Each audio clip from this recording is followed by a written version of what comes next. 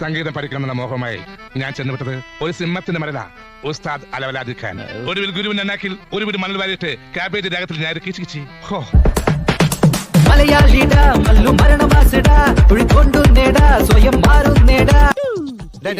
നിർത്ത് മോനെ മഹാരാജ, ഇത് നീ വല്ല സർക്കസ് കമ്പനിക്കാർക്കും കൊടുക്കും. ആന സൈക്കിൾ ഔട്ടുമ്പോ ബാക്ക്ഗ്രൗണ്ട് മ്യൂസിക് ആയിട്ട് ഉപയോഗിക്കാം.